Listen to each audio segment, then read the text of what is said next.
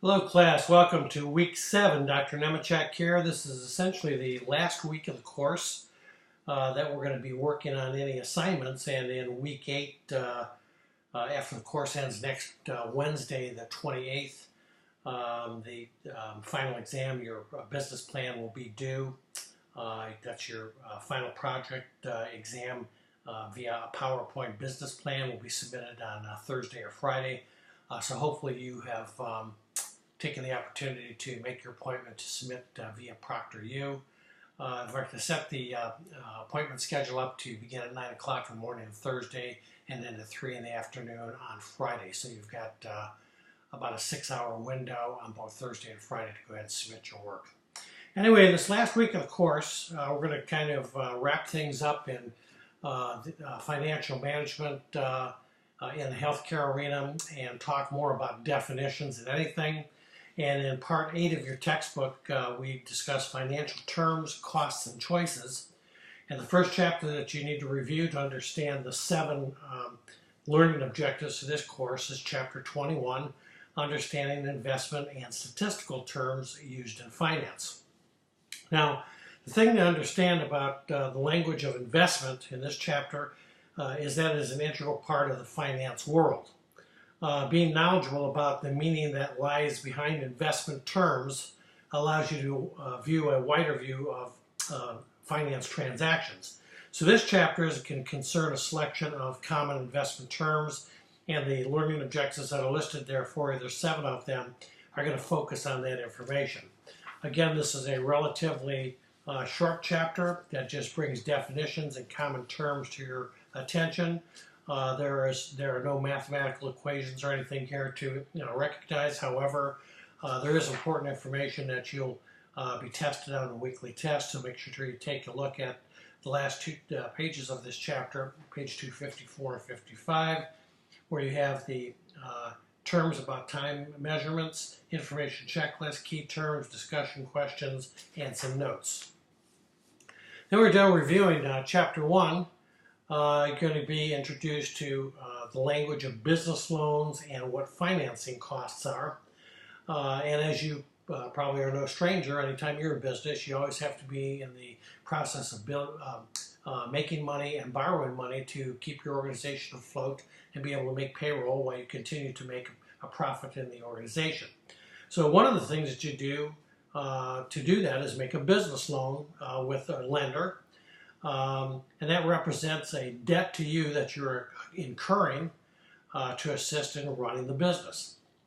So this chapter is going to give you an overview of capital structure, and it's going to talk about the sources of capital that you need to be aware of. There's 4 of them that you need to be concerned with. There are 4 learning objectives for the course. Understand what capital structure means, recognize 4 sources of capital, explain an amortization schedule, of which there is an example in here, and understand loan costs. And I think for any of you who have ever borrowed money for any reason, whether it be an automobile or a house or a personal loan, you probably have seen an amortization schedule. There's one listed for you in Appendix 22A, starting on page 261, that shows you what a 36-month sampler and amortization schedule looks like. And it starts out with 36 payments where the loan amount starts out to be $60,000, and then how you're going to be paying it off and how the interest is added in the principal and what it is after you get to payment 1 and what the little is left on the loan. And then last but not least, our last chapter we're going to cover for this course is chapter 23, choices of owning versus leasing equipment. We've talked about this on several occasions, not only in several chapters in this book, and the importance that plays in running a healthcare organization, but in healthcare in general, you always have to be in a position where you may want to consider the owning versus leasing equipment prospect, and that's what chapter 23 is all about. There's 4 learning objectives there again. Understand what purchasing equipment involves. Understand what leasing equipment involves, recognize a for-profit organization, and be able to recognize a not-for-profit organization.